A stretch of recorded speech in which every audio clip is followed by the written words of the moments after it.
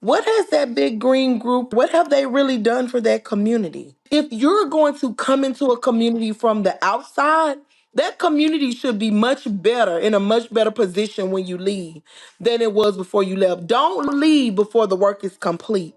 And the way you ensure that is you find the people in the community who live there, who are doing the work, support those people.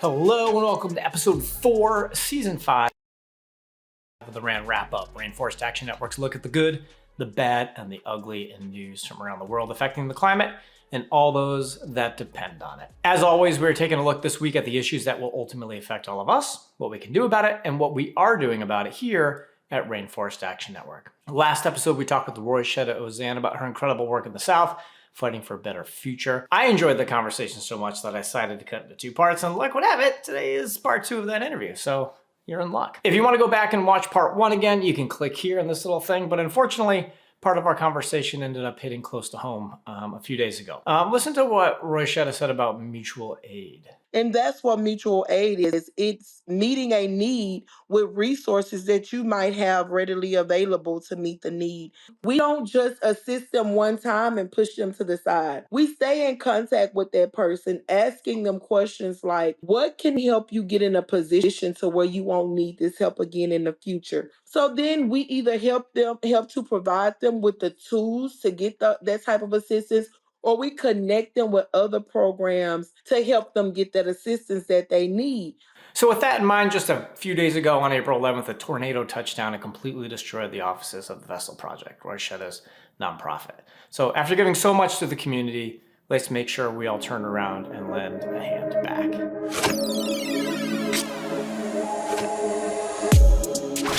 A tornado disaster relief and rebuild fund has been started to help get Vessel Project back on its feet, fighting for the people. So head on over to the link in the show notes and see how you can help them out. Okay, let's jump into our chat with Roishetta Ozane.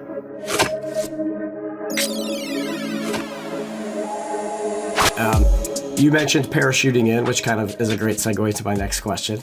I think the NGO world, the big NGOs, the big greens, the environmental organizations, they often talk about these issues from from an outsider perspective, right?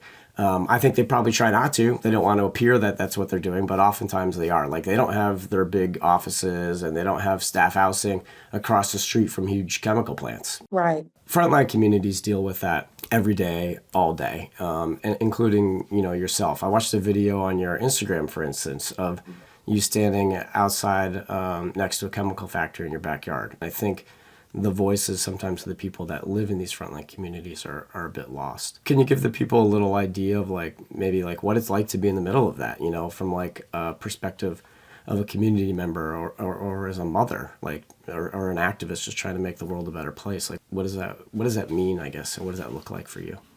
Yeah, thank you for that question. I've been doing community service, community outreach, community organizing for a very long time. Since around 2006, 2007, I was in the AmeriCorps program in Mississippi. I helped during Hurricane Katrina. I was living here in Southwest Louisiana when Hurricane Rita happened, helped with the cleanup. I, volunteered at many places. And then it's always the case where when a disaster happens, all these groups come into the community and they bring things like water, canned goods, bags of beans, these type of dry goods, non-perishable items. And then they leave and they go back to their homes, wherever they came from. But the community is not whole. The community is still cleaning up. They're still left with a ton of work to do. Here we are in 2024. Hurricanes Laura and Hurricane Delta happened in 2020. So we're 4 years out and people are still rebuilding. And they'll still be rebuilding for a while after this, because we know that there are still people who haven't fully recovered since Hurricane Katrina and Hurricane Rita that happened almost 18 years ago. So when we think about it in that perspective, when it comes to NGOs and these big green groups who fight a certain project or a certain thing, and they do these type of site fights, they might come in and say, hey, we're going to stop project X. And they do all the things to try to stop project X, and then they may get a delay or they may stop project X. But if they leave and that community is still in the same condition it was in before Project X was stopped, Project X, which by the way never came into the community, didn't do any harm, it never existed. It was stopped before it was started. But yet that community is still in that same position. What has that big green group or that funder, what have they really done for that community?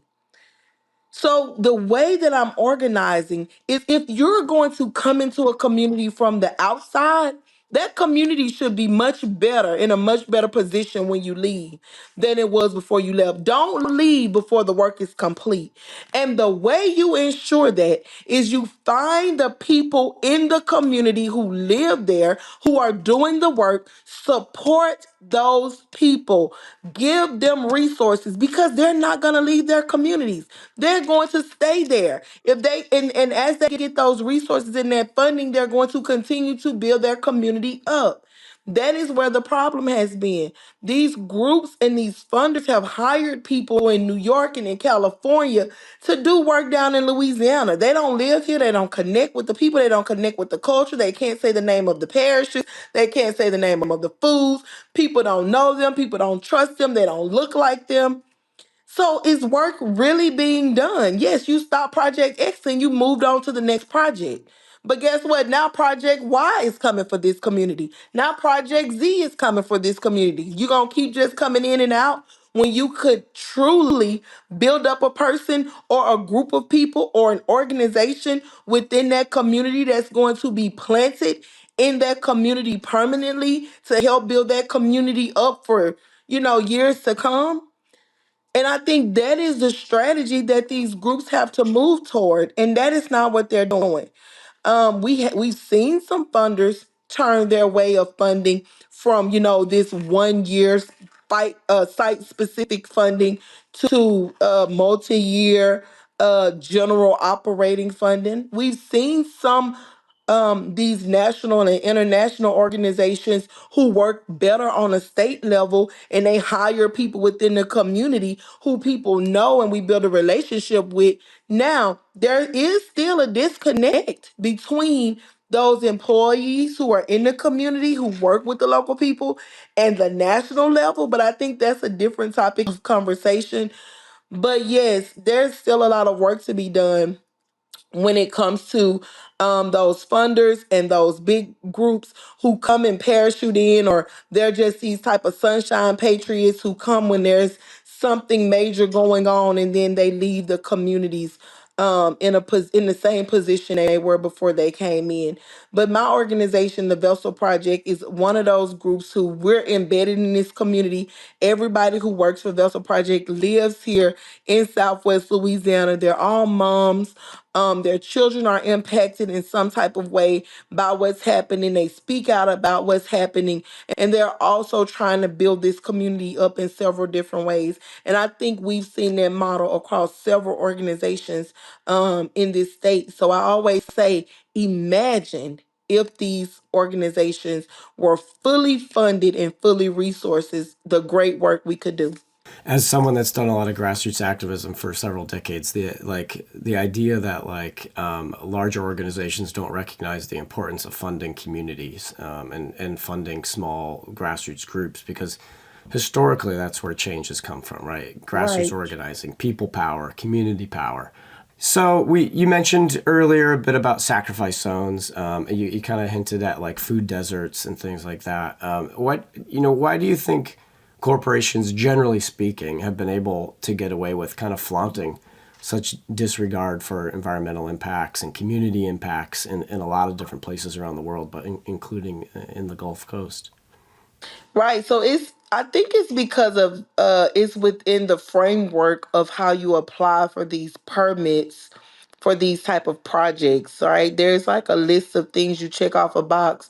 And again, when you can check off that this is an area that needs economic development, this is an area that needs workforce development, This community is a food desert. Those things actually help those projects get permits to come into that community. But then those projects want to keep these communities in that way so they can continue to either expand on their current project or bring a new project there. We know that historically, the people in the communities where these projects are located, they don't get the jobs at those facilities. We know that historically, the money that these companies promise don't even, come close to the tax breaks that they get, to the grants that they get. I mean, one of the facilities in my backyard that is a serial polluter, it was given like millions of dollars in a grant to come here and pollute our community from this very state. And so we're like, why are you paying them to come here? Why are they getting all these subsidies? Why are they getting all of these tax breaks to come into our community? They don't need any enticing to come here. They are going to come here anyway, because of the proximity to the Gulf, because of the low income communities, because of the pipelines that are already here, because of Louisiana's history of racism and environmental racism and where these projects are located. They're going to come here anyway. There's no reason that the state or the federal government should be giving them money to come here and pollute the communities. That's just the full definition of being a sacrifice zone and being in an environmental justice community. We're fighting for justice because our communities are overburdened with this idea of this product is needed for something else, somewhere else, because what's happening here in Southwest Louisiana isn't even for the state of Louisiana or the communities where it's located. It's being fracked here, it's being extracted here, and it's being exported. All we're getting from these projects is the pollution. And so enough is enough. And that's what we're fighting against. And that's why we're speaking out so loudly, because even though we don't feel like we're totally invisible to everybody, we feel like these industries want to believe that we are. When they make their maps or make their proposals about where they want to put these projects, they don't include homes, they don't include schools, they don't include businesses, because they want the world to believe that these are desolate areas with no human life and that they're building these projects in the middle of nowhere. But we know that's not true. We are real people who live right on the fence line of industry, right in community with industry. In fact, my town is called Sulphur for that very reason. It's like they don't care, and it's been made evident so many times in so many different ways. They call my area of Louisiana where I live the industrial corridor, because as you're traveling on I-10, you see industry on both sides of the interstate. That industry that you see is actually within communities. If you travel further down, going east on I-10, you run into Cancer Alley, which is an 80-mile stretch from New Orleans to Baton Rouge. Again, industry on both sides of the interstate. Those industries are located in communities. Why does the state of Louisiana continue to get away with this, continue to get away with violating the Clean Air Act, violating the Clean Water Act? It's all because of greed, because of money, because of systems that were created and embedded in slavery, that were created to be biased, that were created to be racist against a people that they never cared for, that never mattered to the United States of America. It feels like textbook environmental racism. It's just, I feel like we could talk forever about these issues, and it deserves to be talked about forever. Is there a way that people watching this can get involved with your organization or involved in issues, or a way that people could support you? Yes, of course. So people can find out about everything that the Vessel Project of Louisiana is doing on our website, Vessel Project of Louisiana.org. Louisiana is spelled out. We didn't want to get Louisiana confused with the other LA, Los Angeles. um, Also, you can find us on all the social media sites. We're Vessel Project on Twitter, or X now. We're also on Instagram and and on Facebook.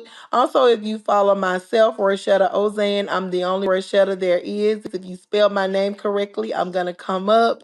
And I highlight all these issues, especially on TikTok and Twitter. I oftentimes post videos from the facilities in my community, but also I post videos of hearings both locally and on the state and federal level, and just ways to get involved. There are petitions that are on the site that we ask and encourage people to sign those petitions. Share our social media posts. Reach out to us. Send us an email, and we'll let you know how to get involved. We love when people want to know about our community because, again, industry would have you think that we don't exist, that these problems aren't real. But we invite you to come to our community. We will give you a toxic tour, show you all of the industry that are here, show you how close they are located to homes, families, children, and schools. And then you can make the decision for yourself whether it is real or not. Amazing. Thanks so much, Roishetta, for all your work, for your voice, for your activism, and for taking time out of your day to talk to all of us. I appreciate you. Thank you. Thank y'all for having me. Okay, that was great. Honestly, I'm gonna go back and watch part 1 and then rewatch part 2 again. That's how much I enjoyed it. So thanks again, Roishetta, for all your incredible work and for your dedication to your community and fighting the issues impacting them in such a major way. As always, if you'd like to get more involved in taking action or getting more info, head on over to our webpage at ran.org. That's ran.org, where you can join us using people power to challenge business as usual. And why would you want to do that? Because we win.